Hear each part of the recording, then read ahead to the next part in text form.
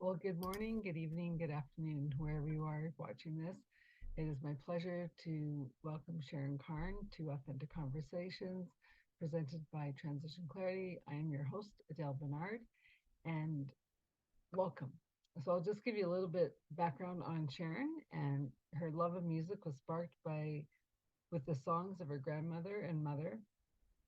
As she grew, this love was fed by singing in choirs and music lessons on classical guitar, leading to earnings a Bachelor in Music degree from Queen's University and a Master's of Fine Arts degree from the University of Minnesota.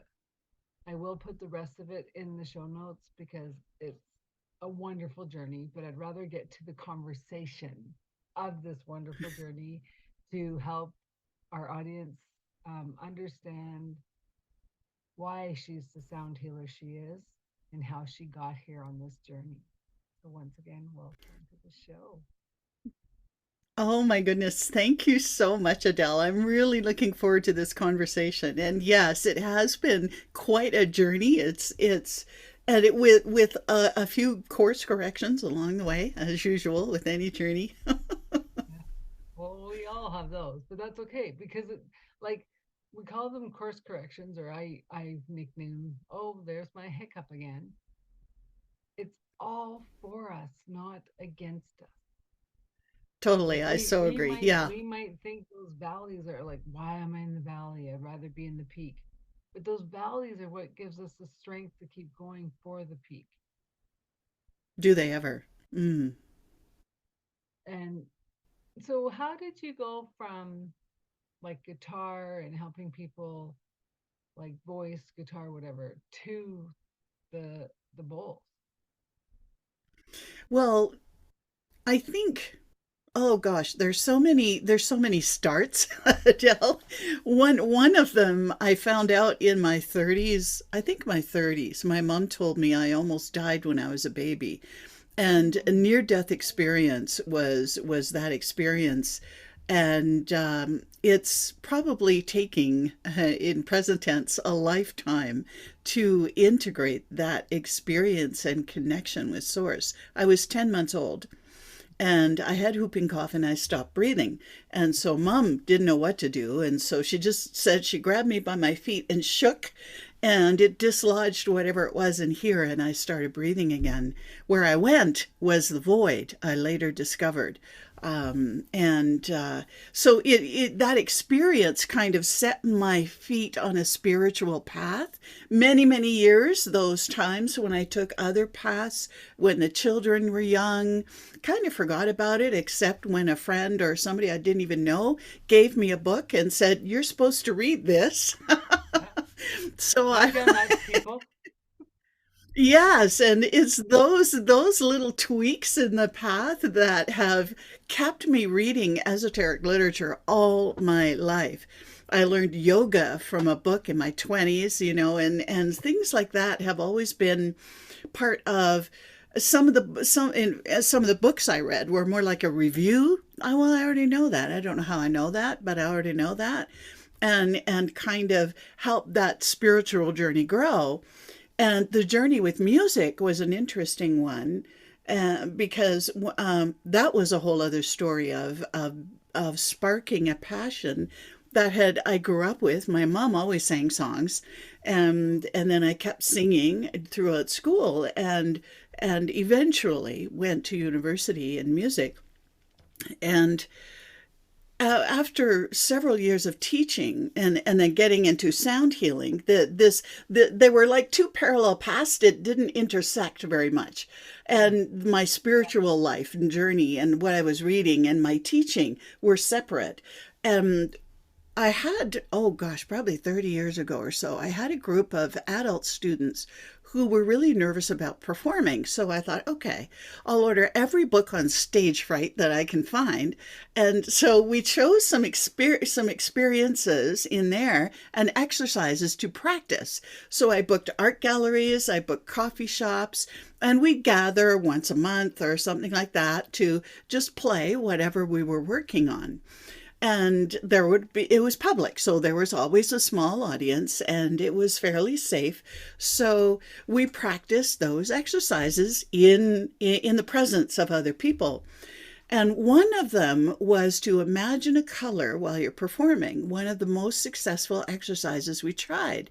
Because what that does is it distracts the critical mind, the ego mind, Yeah. from, oh God, here comes the hard part. Oh, you got through there. Don't screw this up. That conversation is often going on and distracts you from playing the music, especially with an adult who's learning a new skill. Hmm. And so the color helped quiet that down and allow the music to flow. And every single time we did it, at least one person in the audience would come back after and say, there was a color when you played this piece. And even in one of the concerts I did during this time we were exploring, I chose one piece from my concert to imagine the color.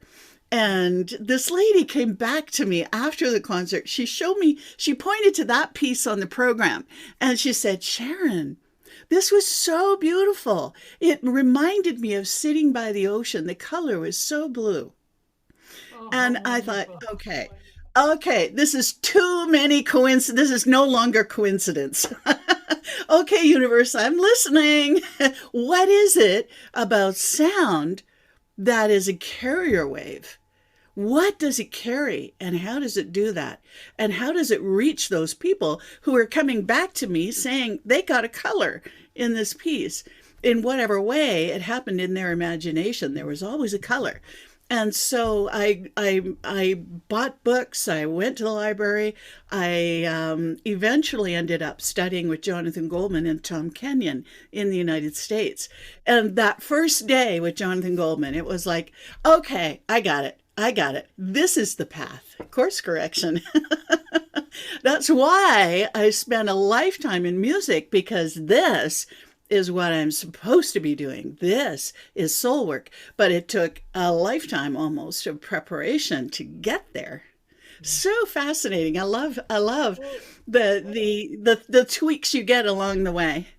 well, and to add to that about the song giving people a color, I actually was listening to actors who were petrified to speak as kids. And you wouldn't know that as actors today, but they studied the word that they were reading, that they didn't have to think about how to speak it. So their stutters went away. And I was like, fascinating, Ah, right? As I'm an yeah, that author, is. I'm like, I love reading, but I can't speak the words as I read. Like I stutter. Whatever. But and it's funny because as you're taking that small group to say the coffee shop, that public place, and you think about the two fears that people have in life, death and speaking in public, and you're going, well, let's do it together. You're not going to Yeah. die. It's a safe place, right? If you fall down, it's okay. We're there to support you, pick you back up. And I think if anything, music is that ever ebb and flow through everyone's life. Like Hmm. you might not have heard a song for a long time, and all of a sudden the song comes on the radio or it pops into your head, and you go, and you instantly get transported back to that beautiful memory, or you start laughing, and everyone around you's like, "What?" And it's where it's a song in the head, and it's also the universal language of you don't need to know what words are. Everyone, Exactly. no matter what language you speak, everyone knows the beat. If it's a 4 count, a 6 count, or whatever, right? Like everyone knows that, oh, here comes the heavier drums because we're going into, right? And that's why I think it's so wonderful. And then you add in your beautiful bowls and crystal bowls, the Tibetan bowls. Can you share a little bit about the difference, like the crystal bowls to the Tibetan bowls? Like, my little experiment is the crystals are a newer way, right? If you're Hmm. just getting Hmm. into the bowls, like maybe start with the crystals.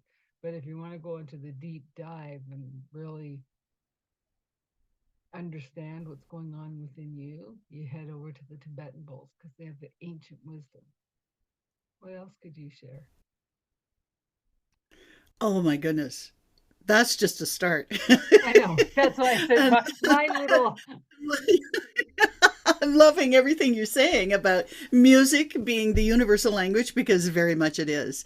And in some of my, I did so much reading, Adele, and one of a fascinating book, and man whose work is profound in helping us understand how music affects the brain and the heart is that one of the things he says in his book, "This is your brain on music." And it's a scientific exploration of what happens in the brain with music. Music activates everything, everything in the brain, absolutely everything. And one of the reasons, also, he mentions in the book, is that music is the universal language because it was humanity's first language. And Mm, this is corroborated by many linguists who study the evolution of language. And that many of them agree that we had music as a language before we could speak to each other with words as a human family. I could see that. And so, yes, and another thing music does and did to our ancestors is it brought people together when in those experiments that are measuring the effect of the brain and the nervous system of music, one of the things that's found in the release of hormones from the nervous system, I call music and sound food for your nervous system. We have food for our bodies. Well, sound and music is food for your nervous system. Wow. And the one of the things that helps us gather into communities and probably was our very first community builder is sound and music because oxytocin is released whenever we play music together, sing music together, Hmm. gather together with sound. There's a hormone, which is the bonding hormone, oxytocin. Hmm. And even remember, if you've ever been to a football game or a hockey Hmm. game or a baseball game and everybody's chanting, we will rock you, and Yep. clap, clap, stomp, stomp, and it brings together everybody. That's Yep. oxytocin in doing its thing, and it's how we're built. We're built to respond to music in so many ways and sound. And one of the most oh, I get too excited. One of the most precious, one of the most precious tools we have always had, is our own voice. Hmm. And many of the things we teach, we do a lot with sound tools, of course, and understanding what makes music work to help us feel better and be more healthy. Your voice is one of your most powerful tools. Oh my goodness, there's a whole other conversation. Well, and it's interesting because, like, I'm just gonna segue a little bit because there's a girl. I think she's on The Voice. Whatever. I saw the reel. Her speaking voice is so high pitched that you're like, whoa, drop into your body, right? But when she does her singing, it is so gut risen. And I'm like, how interesting that your Huh? speaking voice is like, you don't really want to be in this body. You don't really want to be here. But what's coming through your soul is that lifetime of, I know this. This is me. It's like deep and rich. And you're just like, wow, right? And it's Wow. fascinating. Uh-huh. Profound, Adele, profound. When we Yeah. connect in with that passion, that voice of the Hmm. heart and the soul, then it shifts. And another thing is that one of the things that I realized many years ago when I was studying all this is that holy cow, with every sound that my voice makes, sound goes through you. And with Hmm. every sound that our voices make, it resonates and moves every atom of our body before the person we're speaking with even receives the sound in their eardrums. Sound goes fast. And I call it a sonic massage, an inner sonic Okay. massage that your voice gives you because every sound you make moves every atom in your body. Well, and I think, And the but so I want to just go a little bit segue on that because that's also with the brain. Like you might not be voicing those words that your brain's muttering or the tapes that you want to close I see. down.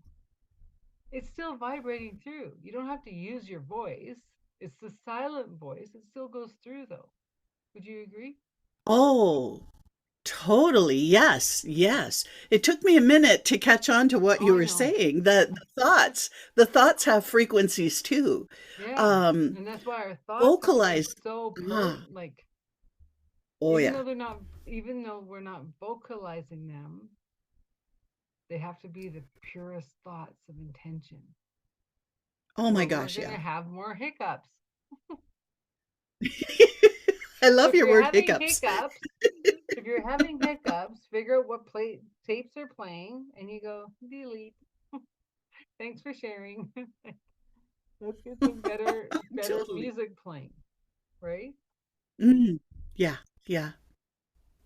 Sound also is very physical energy, and sometimes people are really surprised when I share that sound goes through you. In fact, sound goes through you faster than it goes through the air, which is why the voice is so important and the frequencies of the voice.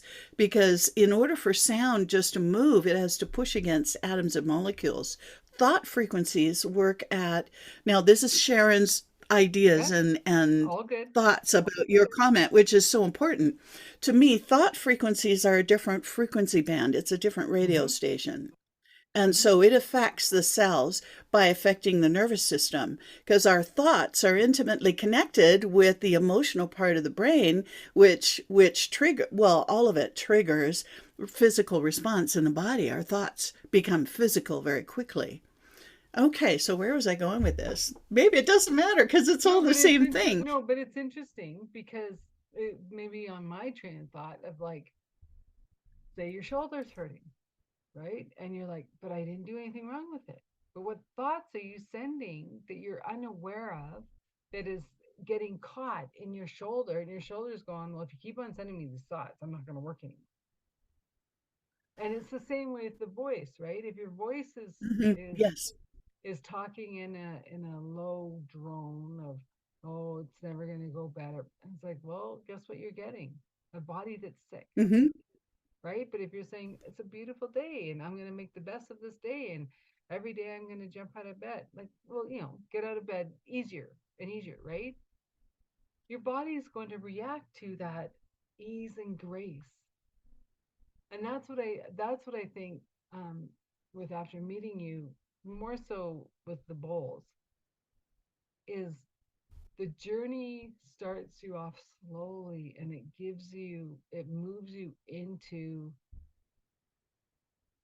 that kind of soul movement of grace that allows the human form to kind of go, oh, this is what it's supposed to feel like in all waking times, right? We're not supposed to feel that constriction where when you're in the sound bath, you're allowed to just move more than the human body and you go in that soul response of everything's here. And then you think about the sound and you think, well, the world is 70% water. We're 70 plus percent water. And what's the sound that the world makes? Om, Hmm. right? Isn't that the most grounding sound vibration that we can have for our body and our world? Yeah. Is that Om all the way through? I can go Oh, on tangents. thank Keep you. me, yeah. No, I love this, and you're right. Every especially the Tibetans are created with hammer strokes. These are ancient bowls. They could be hundreds of years old, and in the traditional way of making them, every hammer stroke on that sheet of metal to create the bowl shape was accompanied by an om or a prayer or a mantra. And so when you play these old bowls, they're filled. It's said that 1,000 prayers are sent into the environment when you tap one of these old bowls because they're filled with that energy and that om energy too. And yeah, so in that way it connects with what you're saying, and it helps people remember, oh yeah, oh yeah, now I And remember. I'm gonna just throw this out here. I don't know if any of this is true. I wonder if the steel drums are the same way from the Caribbean, because that's what I know is the Ah, steel you drums. know, and one of the things Jonathan Goldman always said, Adele, is that um, as far as sound being a Mm-hmm. carrier wave, Mm-hmm. is that there's a formula he uses, which is frequency, whatever the sound is, plus your intention equals healing. And and in my experience and what he said, that my experience kind of corroborates that 70 to 80% of that formula, frequency plus intention, is intention. So Okay. whatever sound you're making, as you carry a clear intention, people will receive that. Mm-hmm. And I've spoken at musicians' conferences about this whole aspect of when you're playing, where are you? Where are you? Because wherever you are, they are getting, your audience is receiving that. Music and sound is a carrier wave like 102 FM. It Mm-hmm. carries, the 102 FM carries the news and the commercials and all of the music. And when you're playing music or singing music, it's the same thing. That sound or that song is carrying your emotions, your thoughts, it's carrying all of that. Your intentions is carrying all of that. And one of the things that I learned after I learned that, I went, oh crap. Okay, I needed to make decision point. Well, I but need that to yeah, but go ahead.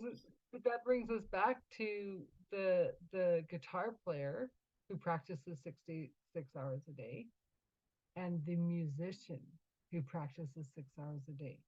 Because the guitar player Yeah, is reading the notes, doing it very mechanically. The musician is getting lost in the feeling of where he can be taken for 6 hours. Totally different playing. exactly. And you feel that with Totally.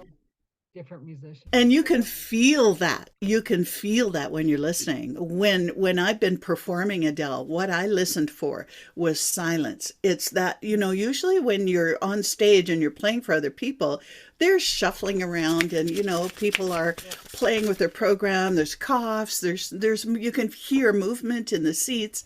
You can hear fidgeting or a little kid saying something. All of that is coming towards you while you're performing. And so it's the nervous system managing all of that. However, whenever I get to the point where that connection is made, there is absolute silence. It's like you can reach out and touch it. And it's Absolute not that silence. you've moved into that space as the musician that like blocks it out.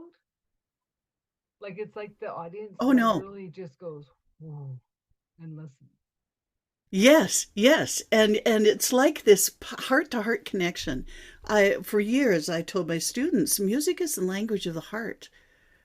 And it's a language of the heart and the soul. So to get people into that, out of the okay, I made a mistake here, out of the ego Yeah, but part, well, music. that's the mechanical musician Uh-huh. that's And worried but about that. Yeah, there, and this is the tricky part about musical training. I went through so many decades of musical training, and at university, highly stressful musical training, because we had exams at the end of each term where we had to play in front of a group of professors, and every mistake was counted. So it's the mechanical part. It's practicing the mechanical part so that it can work while it's communicating the soul. That's the focus. But you need facility in the notes and the mechanical part, depending on what the piece is. There's a learning stage that the ego can get highly involved in. And that's a journey for every musician. It's okay, what's important here? What's well, important? and it's funny because I knew him. Well, I mean, he's not gone; he's still around. um, like when he was starting out, like and he was on tour with different singers or whatever, and it'd be like the singer would just kind of step aside because he's gone. He's left the mechanical and he's taken the song in his own journey, and then when they come back, they just like great solo, unplanned, whatever, right? And but I Yeah. mean, but when you're watching him, you know, like he's just like he's with you. Oh, he's starting to drift. He's and you just see him drift. But phenomenal guitarist, right? Phenomenal musician in his own right. And it's just so cute to see, right? Because it's like, oh, there he goes, Yeah. right? And And I don't know if that happens to you, like when you are doing a sound bath for people that can you lose yourself while doing it? Like I know there's timers and I know whatever, but have you just said like forget the time, let's just go where we go, let's see what bowls want to come and sing to help in this journey, and if we go over, we go over. that's a fascinating question, Adele, because what I do with the sound bath in particular, because a sound bath for me is a service that that people can use to help release and get in touch with their soul. And so for me, my preparation is just making sure everything is set. And when before I touch any instrument, there's my intention is to become what I call empty, to connect with the group, to connect with their energy. And through my emptiness is as I connect through my higher self, and I call it empty. Mm-hmm. Some communities call it hollow bone. You know, there's a lot of Mm-hmm. words for this where my mind is empty and I am receiving. So it's like I just allow my body to move. My intention is to be of service to these people, so I allow my body to move towards whatever sound would support them. Now, there is still an overall plan that usually I like to do. Sometimes that shifts because the Tibetan bowls are so supportive to the physical body, and in connecting, helping the physical body to release, and in connecting to that om, and that connecting to that body.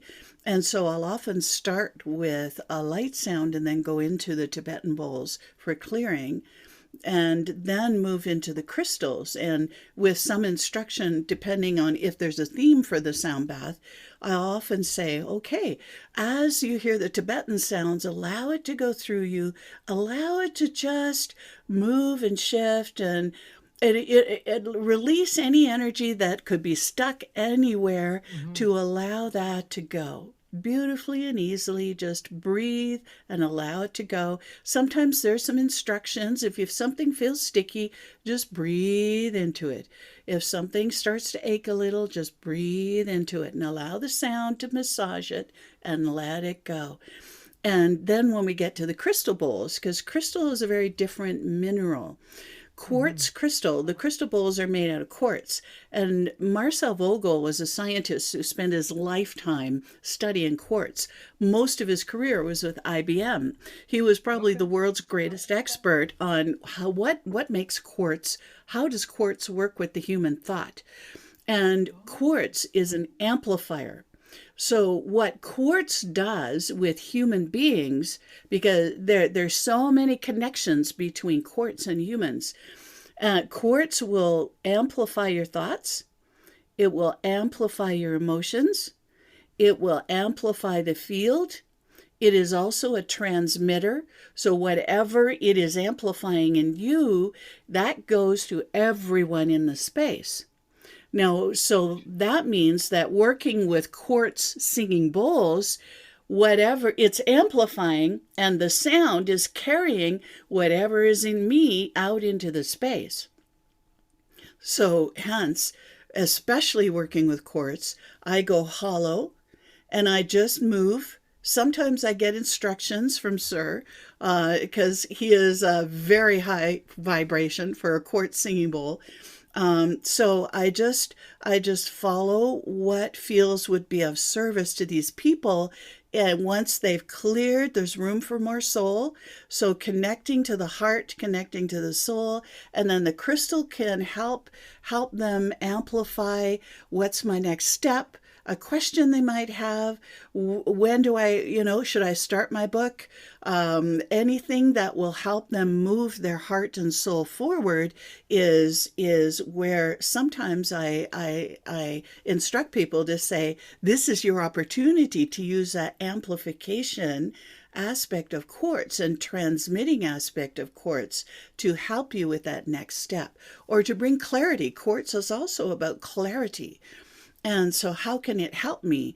So, there's a different energy and a different way of working with the bowls. And quartz, in particular, takes a lot of mindfulness in the person who's playing them, so that it with this connection with the people there, like a musician and the audience, it's like you're one. We're one anyway, Mm-hmm. and it's like you're amplifying individual soul purposes that are serving everyone and the entire universe. Mm-hmm. So what a huge service, huge service when we get, well, all of it, the Tibetans for what they do, or at least what I am guided to have them work with me to do, Yep. and then the crystal bowls with their amplification factors. Everybody works with the bowls in their own unique way, and this, for me, Absolutely. this is how I love to be in service, and using the beautiful sounds of the quartz and to amplify. What's in that heart? What's in that heart? Let's bring more clarity. What's the next step? How can it help your book? How can it help this course? Let's move this forward. So to me, I love being able to help people with that part too. Well, and I so appreciate it because I'm just like, what's she gonna bring up this month? When I join your singing bowl, I'm like, oh, it's singing bowl week, okay, right? Because like it just like whether it's full moon, new moon, whatever, it's like all I know is I'm here. It's gonna be perfect. Let's shift, right? And I just we're here for the journey. I appreciate it, but it's really the timing. Sometimes I'm like, breathe, you'll be okay, right? Because I know there's a shift, and I like, and I, I don't understand maybe what the shift is or how big the shift is going to be, but I know like when the calendar flips over and it's the first Thursday, and I'm like, really? To breathe through it, I got a couple days. When I figure it out on Monday, that Thursday is going to be the shift. So yeah, no, it's funny. Um, but at least I'm getting pre-warned for those. Like it's like it's the other ones that you just you're down by the river or something and you don't realize that you're in a hiccup and you're like, okay, and then next thing you know, you're flung up the slingshot and you're like, really? Really? Couldn't you be a little bit more gentle? And that's the beauty of the music, right? Because um I think the worst song ever is Baby Shark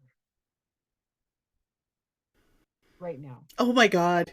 And We have little grandchildren, and these oh poor God, yeah. children are inundated in everything of Baby Shark. Even though it's not Baby Shark, Yeah. everything has Baby Shark. And I'm like, we couldn't have put a better song, right? Because that actually makes me Oh yeah. squirrely. Like my Mm-hmm. brain just Mm-hmm. squirrels on it. And I'm like, sorry, I know it's your favorite song, but can't do it. Auntie can't do it. Sorry. Like, let's find a different song. Right? Yeah, But we've been through that with our grandkids. I know, but as a musician, as a person who understands music, are they there to make us crazy?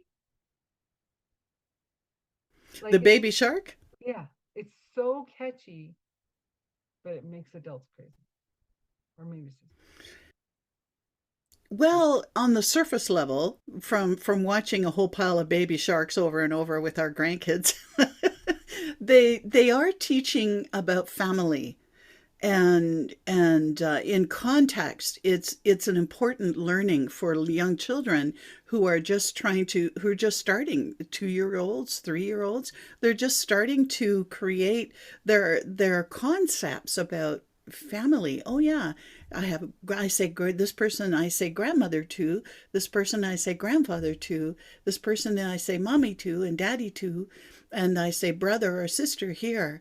Oh, okay, that's a group of people who are close to me, and in a way, it supports the nuclear family, which Hmm. is challenged in our modern times in big ways in many communities and countries.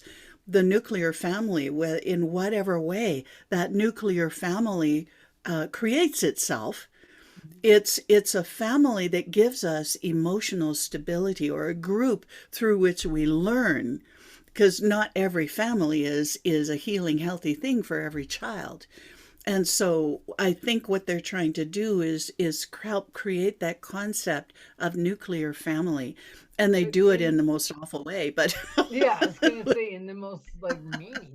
It's like, oh, so yeah, like I like maybe I'm a mean auntie, but it's just like, honey, I can't do it with yeah, my yeah, you grandkids got to do because I'm that. like, I can't do the song. I'm sorry.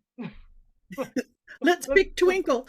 yeah, let's do Moana. Let's do Frozen. I cannot do Baby Shark. Sorry. There's But yeah, lots of other choices. and that's what's beautiful about it, right? And and I like, I mean, I'm not saying like the programming or whatever, right? Because I mean, Barney was the same way. It's like, oh my lord. But you know, anyway, I sorry, I digressed. But coming back to the music and like even like kids growing up nowadays, right? They still go, oh, you grew up at the best age, and I'm like, what? Well, the 70s and the 80s had the best music, and I go, it changed the world. Those decades changed the world on how we do so many things like technology, music, spoken word. Like I said, it was just not about music, it was about we were in a, a changing pivotal time of the world. How can we change it? Mm. And I said, you guys are kind of like coming up in the early 20s of going, well, we don't know where the new world's going, so we'll go back to where we knew was good. Like, how do you see music and yeah, changing our outlook, changing. Oh, Adele, that is huge, absolutely huge. And yes, yes, yes. Music, it's played so many times. It's planting not only specific kinds of sounds, but also the energy of the words in all of those who listen. I grew up in the 60s. I was a teenager in the 60s, so hippie, hippie era here. So that was a whole shift from, I remember Elvis Presley going through the Beatles and walking down the street with a little transistor radio at my ear waiting for the next Beatles song. We couldn't, there's no way unless we had a record player. I had to save up my allowance to buy a record player and Beatles tunes, or whatever the favorite band was. And then how that has evolved is absolutely huge. And music is always a reflection of what's going on in souls and hearts. Mm-hmm. And there was a lot of protests going on in the 60s. There was a lot Absolutely. of talk about love, Mm-hmm. be love, be in your heart. There were a lot of examples of that. Maharishi became popular in understanding the mind and its purpose and meditation. So a whole generation was touched by that. Yeah. And even at university, it was let it be in the hallways Yeah. of university, let it be, and Hey Jude. I Mm-hmm. remember, walking in time to Hey Jude from class to class, and Let It Be played forever in the hallways. And so it was more social consciousness coming out of the 50s, and very kind of fairly standardized roles of people. Then everything kind of blew open in the 60s. You know, there something's growing here, something's getting bigger, something is expanding. and then through the 70s and how the music evolved through there, and then the 80s again, how the music continued to reflect. And in the 80s, one of the questions I get a lot, Adele, is heavy metal music. Hmm. And heavy metal music and the energy of this music and the words. And I have a whole story about our son who, when he was is heavy metal music fan, plays a Hmm. lot of heavy metal music. So we Hmm. had a lot of conversations. Oh, tell me more about the words of this song. And fortunately for Matt, I didn't like the music that much, but he chose songs when I checked the words to them on the album covers in those days. I checked the words to them. They were spiritual words. Yeah. So somehow he was finding the heavy metal bands that had a spiritual message just with different music. They were speaking different frequencies to a whole generation of Oh, people who loved the energy of that music. yeah, I was one of them. And It, I still remember one of Ozzy Osbourne's songs about he's talking about the atomic bomb. Why do we have uh-huh, nuclear exactly. bombs? Because we're never going to use it. It's the crazy train to nowhere, Yep, totally, right? totally. So Huge whoever messages. controls the button to the crazy train, you're not going to live anyways because there will be no life. So why do we have them anyways? And I mean, even when you think about the '60s, right, and the whole revolution and the flower children, whatever, and it was like they knew the drugs weren't the way, but they didn't know how else to hit the ecstasy of knowing God, a greater Yes, being exactly. of who we could Yes. be. And so It took I a few thought that was, generations. yeah, and I thought that was like amazing too, because and then you think about the '80s and the music and how it changed, and it's like, well, we brought out Walkmans and Discmans, and we could have personal players that you didn't have to share it. And like the kids nowadays have no idea that we used to sit by the radio with our tape deck to go record, stop, right?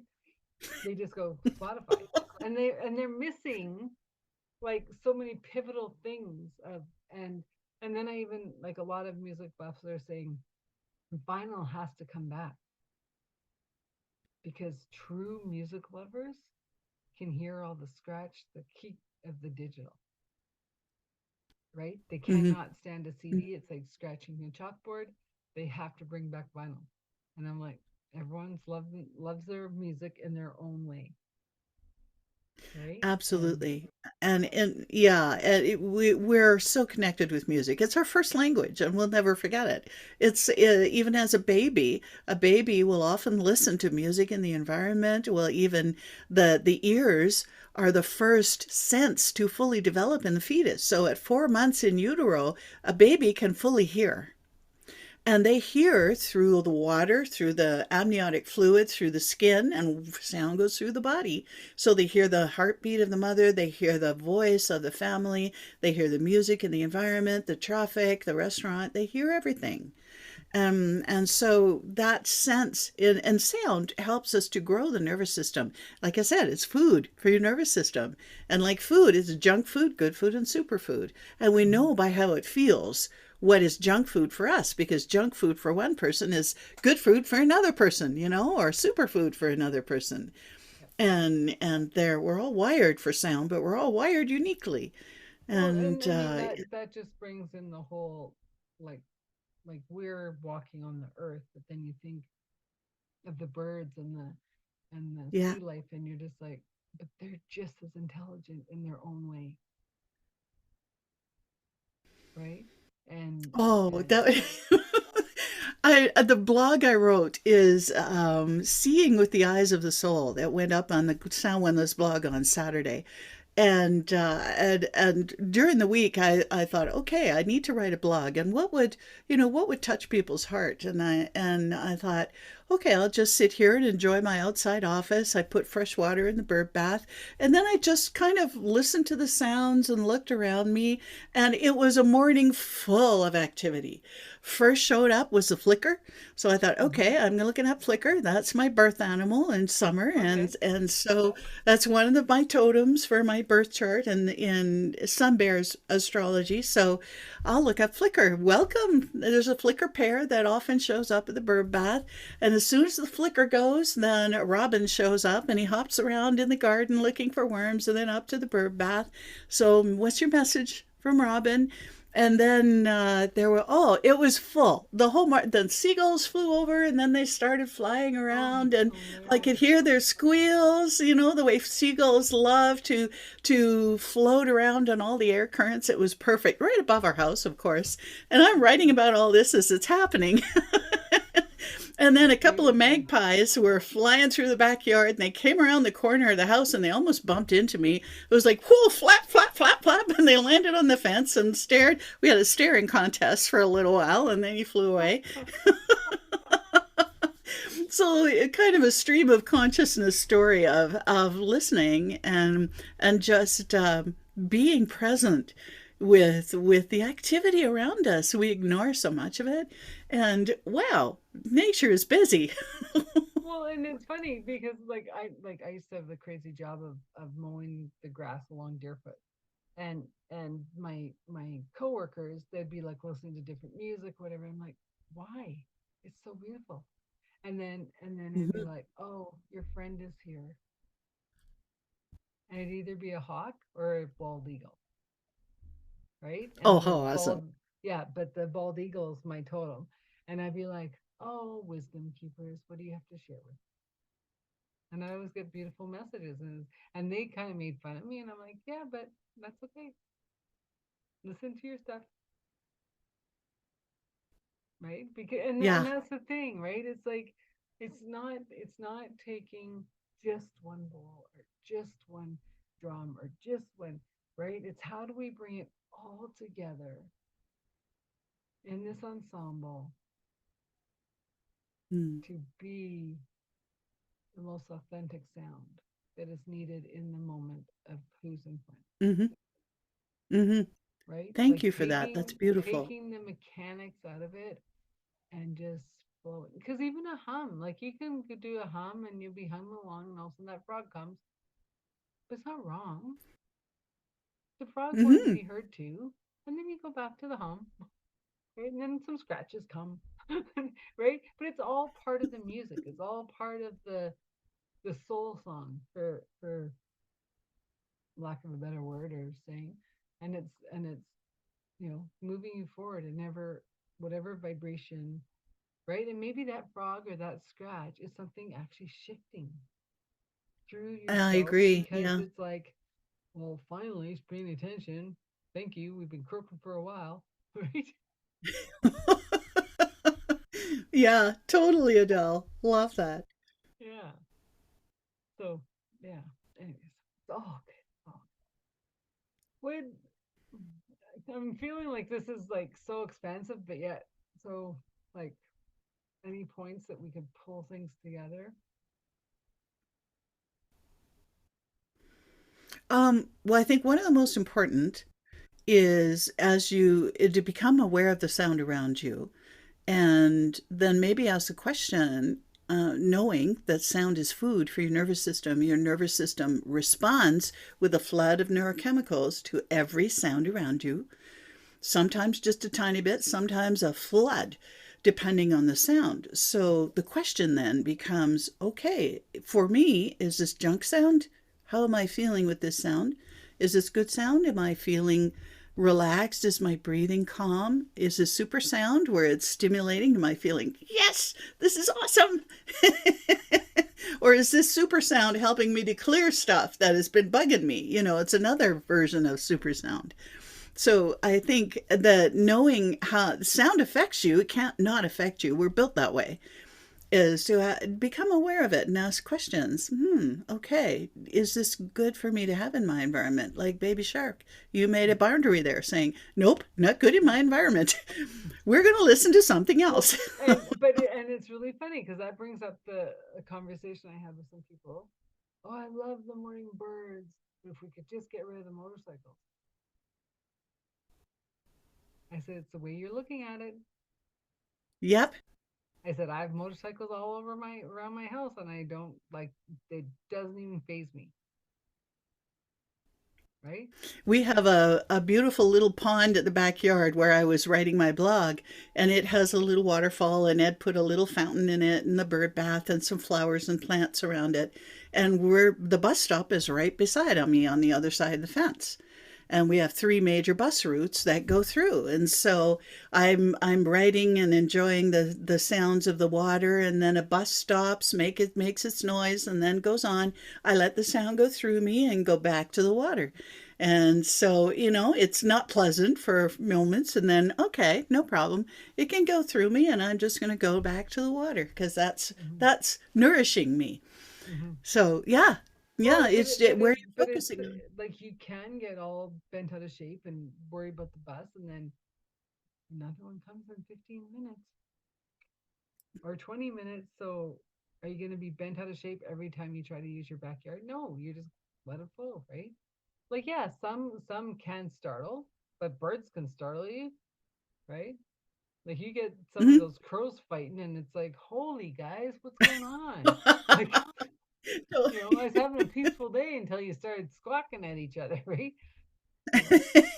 It's like the sparrows in the hedge. They love the bird bath, Mm-hmm. and if I haven't been out there at the time they want to use it to clean it, then they chirp chirp chirp with active angry or chirps or more, and they're not quite angry. They're just more Vocal. intense chirps. Yeah. And so to get me to notice, it's like, hey, hey, hey, check the bird bath, will you? It's dirty. Or if I'm You are inside having annoying. Let's get breakfast, going. they order me around those sparrows.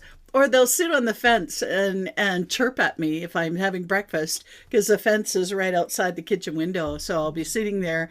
A couple of sparrows will land and or sparrows and chirp, stare at me right through the window and chirp as if to say, "Really, the Yeah, bird bath is but then it's dirty." our interpretation too, right? Because Yeah, totally, we only can be led if we're wanting to be led. Right? totally, totally. Yeah. But they let me know. And it was interesting. We had a group of people out there the other day during a workshop, and for lunch I hadn't been out in the morning because we were teaching to change the water, and they were chirp chirp chirp chirp in the bushes. And so I thought, okay, okay, I had a bucket, I've got a bucket of water, and it was nice and clean. So I just filled it up. There wasn't much water in it, and the chirping stopped. And then everybody at the table thought, they really do let you know when they want water in the bird bath, don't they? Yeah.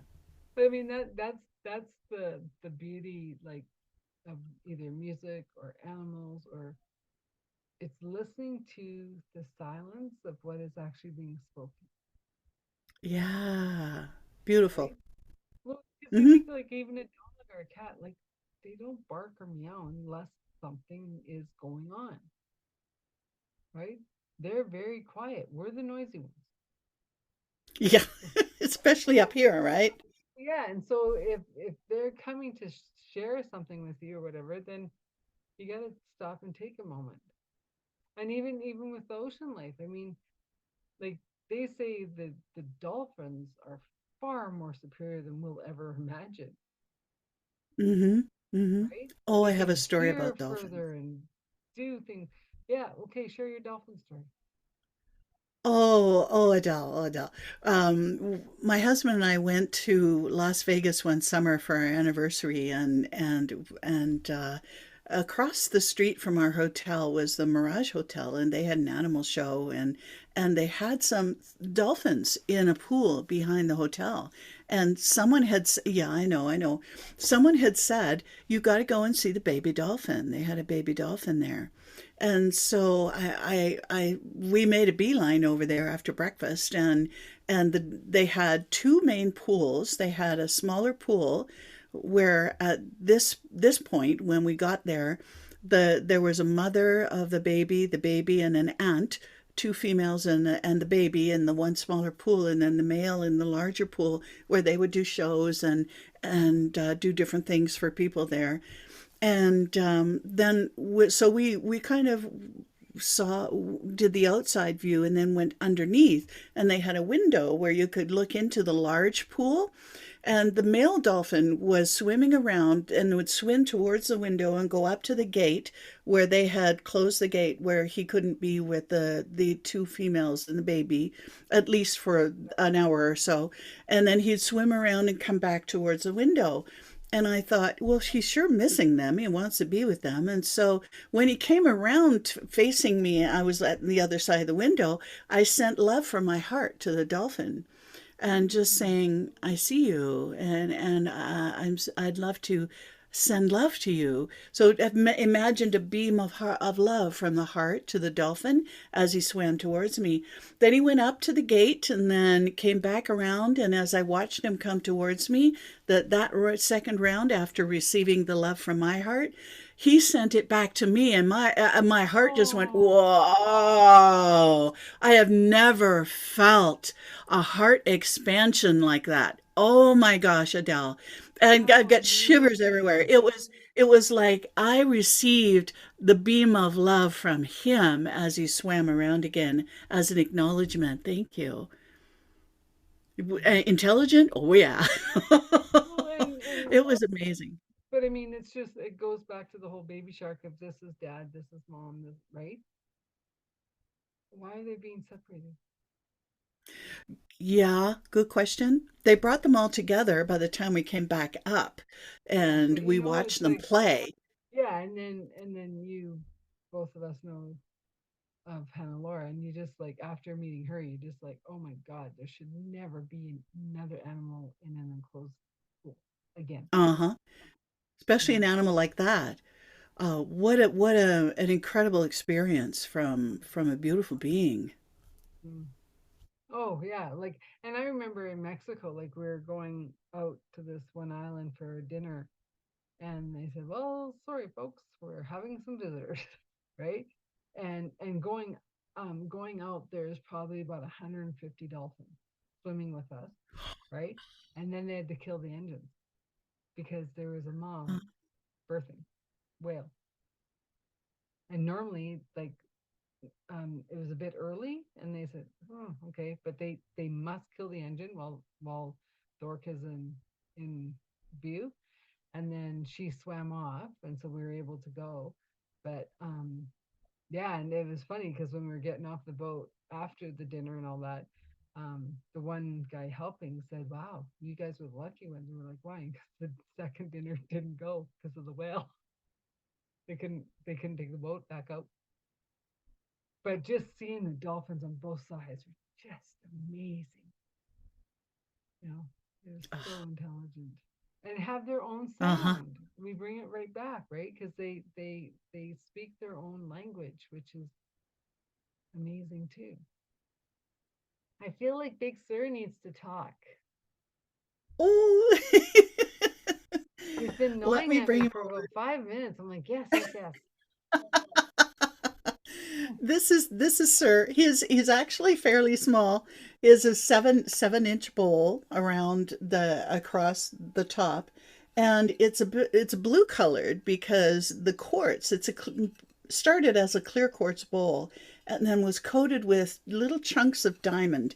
If I bring it up, you can see all these little Yeah, chunks yeah, in the camera. Those are yeah. diamond. And on the bottom of the bowl, I don't know if it's possible to see, there's just tiny, yeah, there, a little Yeah, pink a little bit. couple of dots Yeah. of rose quartz.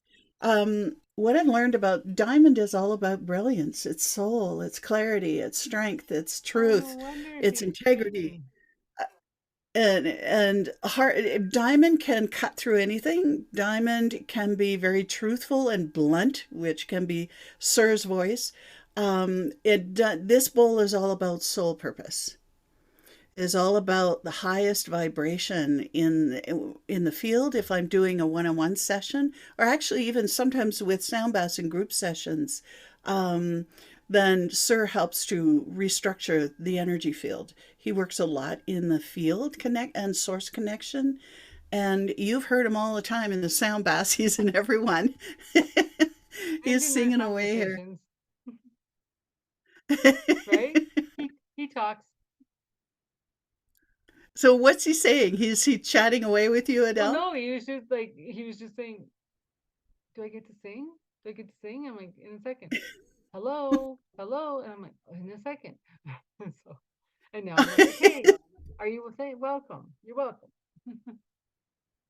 So So, he was chatting away. Oh, yeah. He's and most amazing stories with this bowl too, and such an honor to be a keeper of this being. To me, very very much alive, and very much heartfelt. Even though very truthful, Sir is the divine masculine kind of energy. This is all about your soul purpose. What are you stalling for? Let's do this kind of energy. and it's not even our What's up Thursday with that? morning.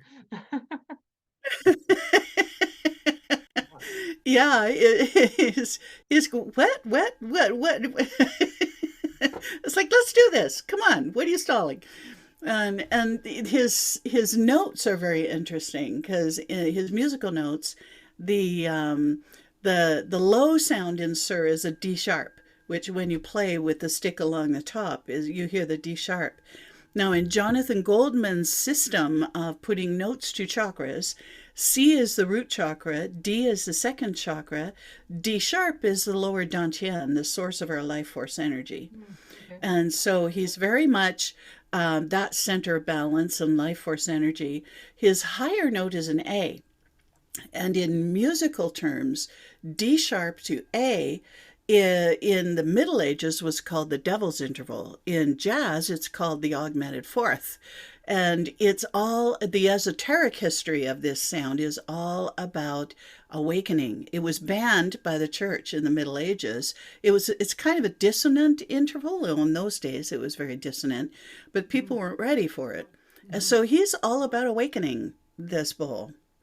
Now, we don't often hear the A, the higher sound, so I'll tap it so you can hear both the D sharp and the A. So you hear, well, he's really singing the A to, it's different every time I play this bowl.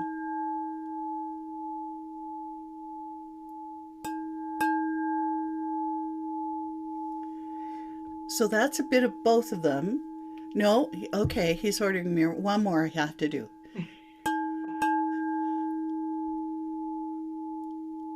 Okay, I can play him now.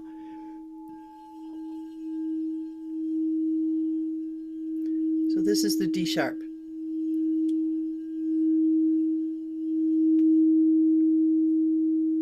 No, he said I'm not done. Sorry.